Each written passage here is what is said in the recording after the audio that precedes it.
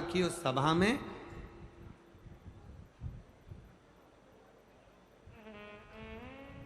जो जीव अच्छा कर्म कर कर जाता है उसको एक पद पर प्रतिष्ठित कर दिया जाता है जिसको देव पितर कहते हैं। देव पितर का काम क्या है? कोई तुमसे पूछे कि पितर और देव पितर में अंतर क्या है, पितर और देव पितर में अंतर क्या आता है, देव पितर का कार्य क्या है?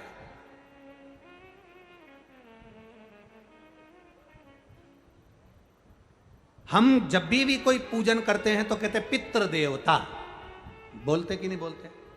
पर आज तक हम अब यह नहीं बोलते कि देव पितर का कार्य क्या, देव पितर क्या है।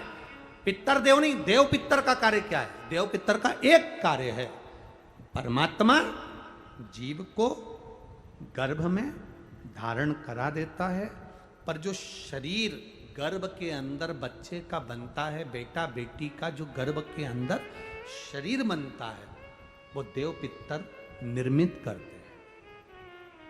उनका काम क्या है? देव पितर का सबसे बड़ा कार्य है कि गर्भ में जो बच्चा है उस गर्भित बच्चे को शरीर कैसा देना, उसके नेत्र ज्योति कम रखना है, श्रवण शक्ति कम रखना है, उसकी छाती में, उसके हृदय में, उसके दिल में छेद करना है, हड्डी को कमजोर करना है, पांव टेढ़ा करना है, हाथ टेढ़ा करना है, या उस शरीर को सही तरह से निर्मित करना है। ये देव पितर का काम।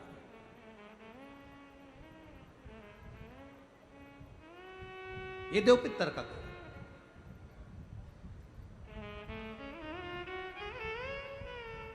एक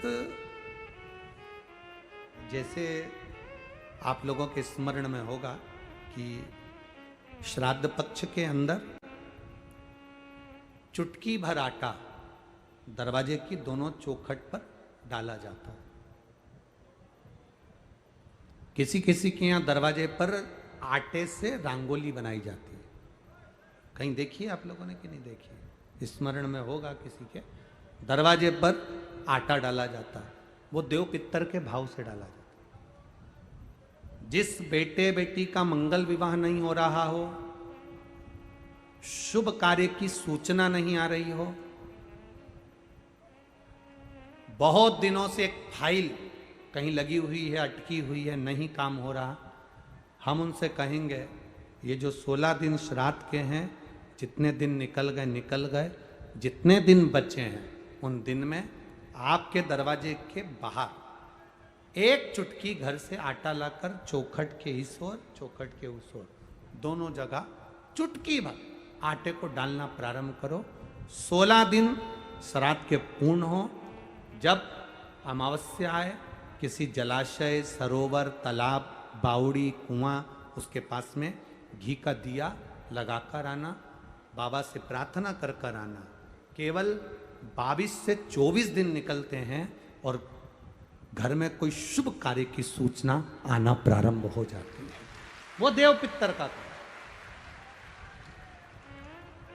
वो कार्य देव पितर का। वो देव पितर किस तरह से करेगा? बेटे की शादी, बेटी की शादी, हम कहें किसी के 42 साल भी अगर उम्र हो गई है, 40 साल, 42 साल, 35 साल, 38 साल, शादी नहीं हो रही तो कर कर देखना, एक बार बाबा से प्रार्थना कर कर देखना।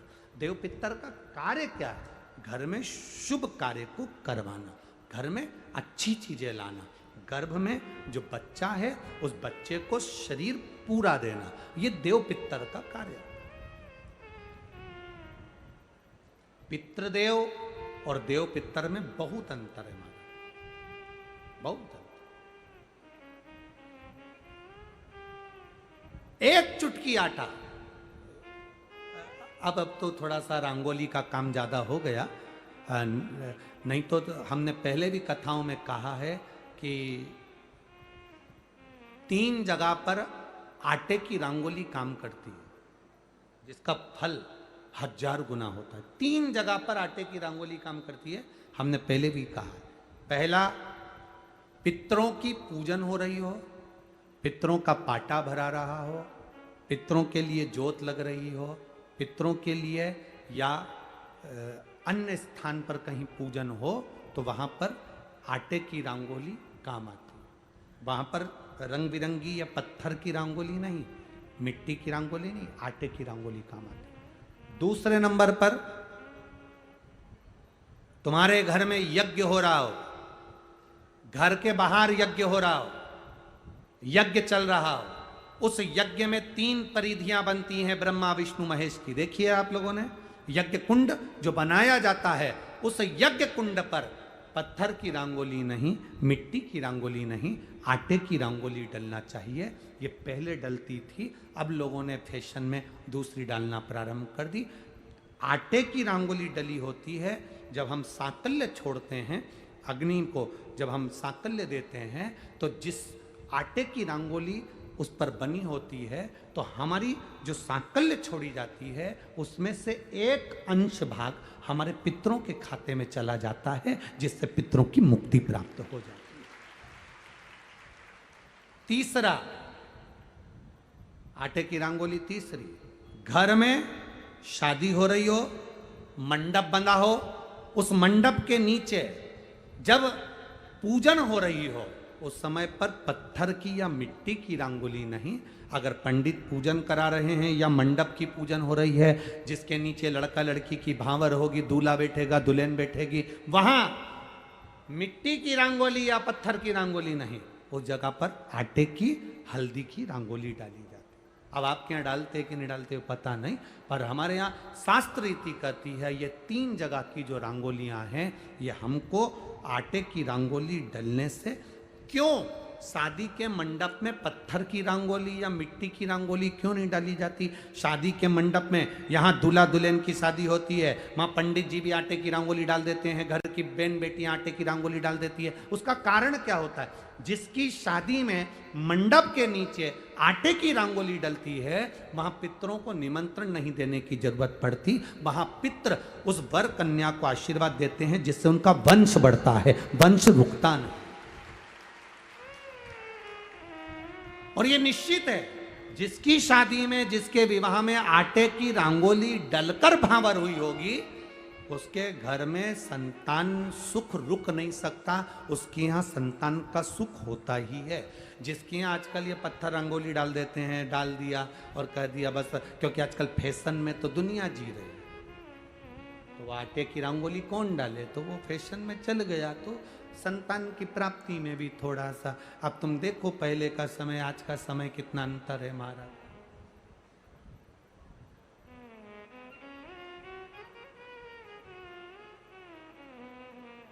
पहले के समय में संतान का सुख शादी के 1-2 साल में प्राप्त हो जाता था। आज के समय में संतान का सुख जब तक डॉक्टर के यहाँ दोनों जांच नहीं करा कर जाए, दिखा कर नहीं आ जाए। सब लोग कह रहे हैं डॉक्टर साहब जरा देखो संतान, डॉक्टर साहब बोले जांच करना पड़ेगी, बहू की भी जांच हुई, बेटे की भी जांच हुई, सब अच्छा है, उसके बाद भी संतान का सुख नहीं, उसके बाद भी संतान की प्राप्ति नहीं। शिव तत्व को जानिए। शिव महापुराण की कथा कहती है 3 जगह आटे की रंगोली की मूलता है। बोलेंगे आप लोग। पहला स्थान दरवाजे की चौखट, दूसरा स्थान बोलते जाओ जल्दी, यज्ञ कुंड, तीसरा स्थान शादी का मंडप, जहां पर भले चुटकी भर आटे की रंगोली बने पर वो जरूरी है। 3 स्थान आटे की रंगोली के मूल। ये उसी तरह है जैसे तुम्हारे दरवाजे पर तुम मोती की बंदरवाल लगा लो, चमकदार बंदरवाल लगा लो, हाथ से बनी हुई बंदरवाल लगा लो, पर जब तक तुम आम के पत्ते की बंदरवाल नहीं लगाते तब तक घर में लक्ष्मी का प्रवेश नहीं होता है।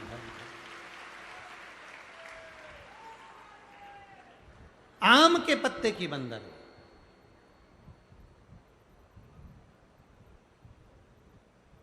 कहा गुरुजी आम के पत्ते की क्यों? तो शास्त्र कहता है, शिव महापुराण में उमाखंड कह रहा है, कामदेव आम के पल्लव में छुपकर बाण मार रहे थे।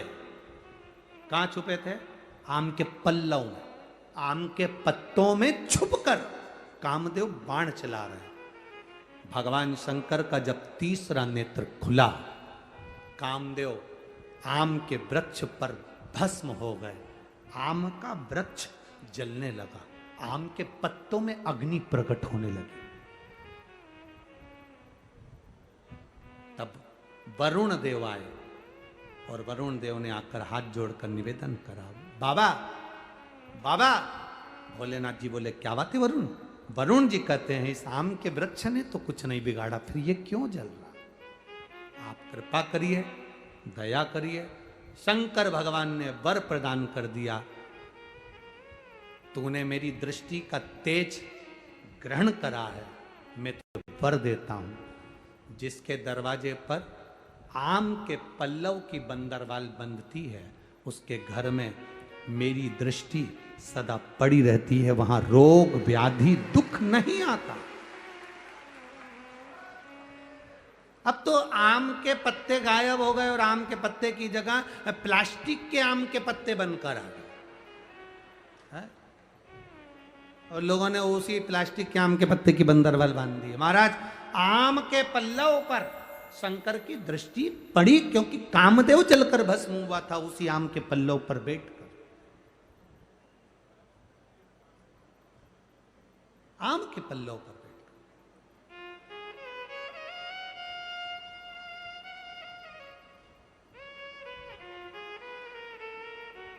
महाराज शिव कथा कर रही है, भगवान शंकर का संवाद कर रहा है, भगवान शंकर का स्मरण कर रहा है। जब सुप्रिया ने अपने पुत्र से कहा, वृषकेतु से कहा कि शिव भक्ति से भगवान शंकर को एक लोटा जल जब हम पितृपक्ष में भी समर्पित करते हैं तो हमारे पूर्वजों को वो जल प्राप्त होता है।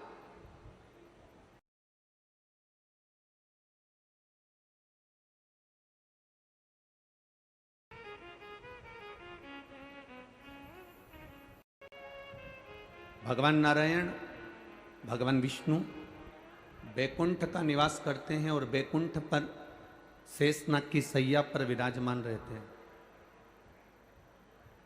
भगवान ब्रह्मा कमल के पुष्प के ऊपर विराजमान रहते हैं।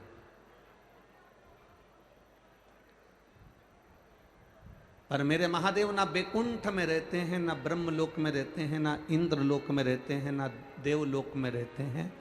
मेरे महादेव केवल इस संसार सागर के मृत्यु लोक में जो कैलाश पर्वत है, उस कैलाश पर्वत पर उनका निवास होता है। मृत्यु लोक। अपने बेटे वृषकेतु से कहा, केवल एक काम कर वृषकेतु, केवल एक काम कर। मेरा पति मर गया, उसके शरीर के पास में जा, युद्ध के मैदान में कहीं अगर बेलपत्र का वृक्ष हो, उस बेलपत्र के वृक्ष में से एक बेलपत्र तोड़कर मेरे पति के नजदीक में या उसके शरीर के पास ले जा। मां, उस युद्ध के मैदान में जहां पिता का शव पड़ा है, चारों तरफ युद्ध हो रहा है, कैसे जाएंगे? वो बेलपत्री का फल क्या होता है? बेलपत्री के वृक्ष की एक पत्ती का फल क्या होता है? शिव महापुराण की कथा कहती है, देव पितर, शिव महापुराण की कथा कहती है कि ये पितृपक्ष 16 दिन जो कर्ण को मिले हैं वो साधारण नहीं थे। एक बेलपत्र का पत्ता वृषकेतु तोड़ता है, तोड़कर वृषकेतु युद्ध के मैदान में रथ पर सवार होकर युद्ध लड़ता लड़ता पिता के नजदीक में जाता है। रथ चलता रहता है, वृषकेतु नीचे कूद जाता है और कर्ण का 10वें नंबर का बेटा छोटा, 9 बेटे मर चुके थे राजा कर्ण के, कर्ण स्वयं मर चुका था। एक बेलपत्र उठाकर वृषकेतु ने राजा कर्ण के नजदीक में, उसके पास में उस बेलपत्र को रख दिया। उस बेलपत्र को रखने का फल क्या हुआ वो देखिए कि कर्ण के प्राण छूटने के बाद कर्ण को मरा हुआ आधा घंटा निकल चुका था। बेलपत्र रखते से ही कर्ण के प्राण यमदूत बंदी बनाकर जो लेकर गए थे, तब चित्रगुप्त महाराज के सामने प्राण खड़े थे और चित्रगुप्त महाराज ने कहा, क्या चाहते हो कर्ण? कर्ण कहता है, मुझे भूख लग रही है। राजा चित्रगुप्त ने कहा, जाओ सोने की पुड़ी लाओ, चांदी की सब्जी लाओ, हीरे के गुलाब जामुन लाओ, पीतांबर की थाली लाओ, सोने की पुड़ी, भजिया, जलेबी, हीरे और पन्ने के दिए गए तो कर्ण रोने लगा कि मैं ये कैसे खाऊंगा, मुझे अन्न तो दो। इतने में चित्रगुप्त महाराज ने कहा, तूने मृत्यु लोक में रहकर सबको सोना चांदी हीरा पन्ना दिया, पर कभी अन्न का दान नहीं करा, तो तुझे अन्न मिले तो मिले कैसे, प्राप्त कैसे हो, कैसे मिलेगा। राजा कर्ण ने कहा, अगर मैं भूखा रहूंगा तो अच्छी बात नहीं, आप कृपा कर दो। क्या कृपा? बस एक कृपा कर दो कि मुझे कुछ दिन पृथ्वी पर भेज दो, जिससे मैं ब्राह्मणों का भोजन या दीन जन का भोजन करा सकूं। अब तो तुम मर चुके हो, प्राण छूट चुके हैं, मर चुके हो, प्राण छूट चुके हैं। ये अब हो ही नहीं सकती, होनी अनहोनी तो ये तो हो गई जो होना था। इतने में राजा कर्ण ने कहा, मेरी धर्म पत्नी सुप्रिया शंकर की आराधना करती थी, उसका कोई फल नहीं होगा, उसका कोई फल नहीं। चित्रगुप्त महाराज ने कहा, उसका फल अगर होता तो थोड़ी देर में देवाधिदेव महादेव इस यमलोक के नजदीक में होते। शिव नहीं आए। चित्रगुप्त महाराज क्या देख रहे हैं कि सामने से वृषभ ध्वज वृषभ पर चढ़कर, नंदी पर चढ़कर मेरे देव अधिदेव महादेव सामने से आ रहे थे।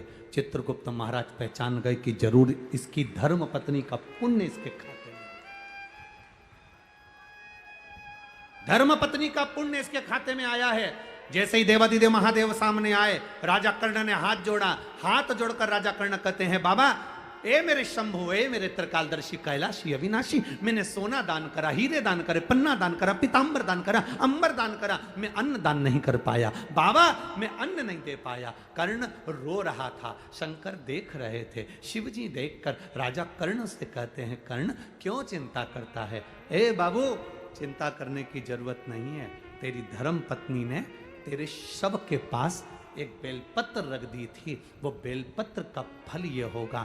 चित्रगुप्त महाराज, अभी तक इसके प्राण या इसका शरीर समाप्त नहीं हुआ है। एक काम करो, 16 दिन के लिए इसके शरीर को किसी दूसरे का रूप धारण कराकर मृत्यु लोक में भेज दीजिए। वो बेलपत्र का फल ये था, एक बेलपत्र का पुण्य ये था। राजा कर्ण का शरीर वापिस जीवित करा गया। एक शरीर तो पड़ा रहा कर्ण का, और कर्ण दूसरा शरीर धारण कर कर संत ब्राह्मण वृंद जन, गरीब जन, दीन जन सबको भोजन कराते रहे। भोजन कराते कराते कराते कराते लाखों लोगों को कर्ण ने भोजन कराया।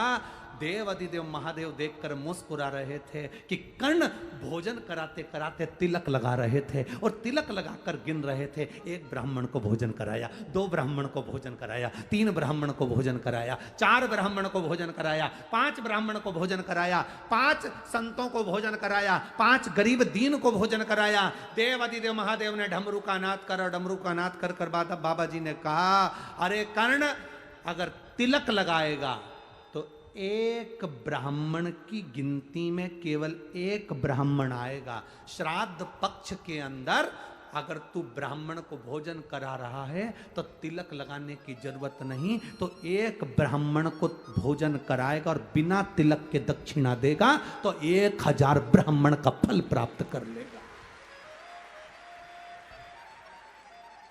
कितना सुंदर कहा, डाक तिथि पर भोजन कराओ तो तिलक कर कर दक्षिणा दो, पर अगर 16 श्राद्ध में, मान लो चतुर्थी का श्राद्ध है, पंचमी का श्राद्ध है, द्वितीया का श्राद्ध है, तृतीया का श्राद्ध है, सप्तमी का श्राद्ध है, अष्टमी का श्राद्ध है, ब्राह्मण को बुलाया, साधुजन को बुलाया, गुरुजन को बुलाया, किसी को भोजन करने बुलाया, आपने दक्षिणा दी पर तिलक नहीं लगाया, तो ये मान लो पंचमी का श्राद्ध, पंचमी को तुमने कहा कि हमारे दादाजी शांत हुए थे, तुमको नहीं मालूम कि पंचमी पे और कोई भी गया होगा, तुम्हें उसका स्मरण नहीं है।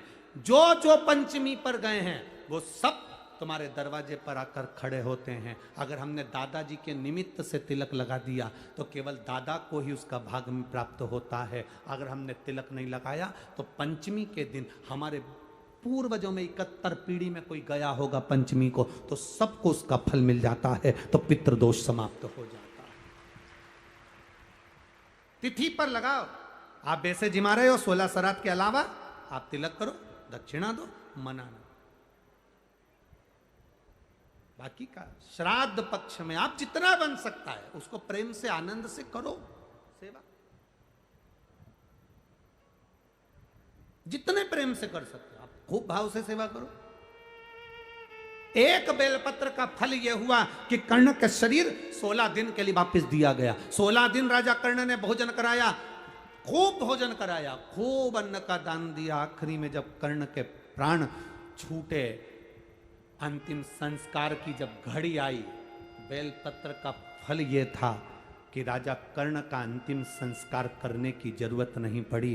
देव अधिदेव महादेव की दृष्टि पड़ी, राजा कर्ण का शरीर और उसकी आत्मा सूर्य देवता में विलीन हो गई। ये कर्ण का एक आनंद सुप्रिया कर्ण की पत्नी आंख में आंसू ढालकर देवाधिदेव महादेव के चरणों में पहुंची।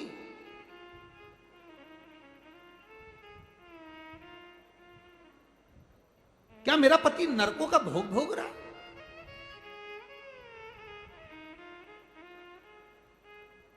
क्या मेरा पति नरकों के भोग को भोग रहा?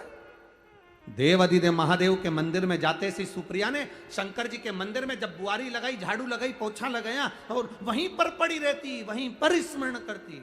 शंकर के दरवाजे की चौखट की चाकरी देती क्या है? पत्रों में ये एक पत्र भेजा, देखो एक बच्चा का पत्र आया है, वर्षा कमल सिंह राजपूत, मोबाइल नंबर ये है, स्थान सूरत गुजरात से हैं। मोनिल राजपूत अपने बेटे, मेरे जुड़मा 2 बच्चे हुए थे जिसमें से एक बच्चे की आंख की रोशनी और कान का सुनना बंद था, उसको मशीन फिट करवा दी थी कान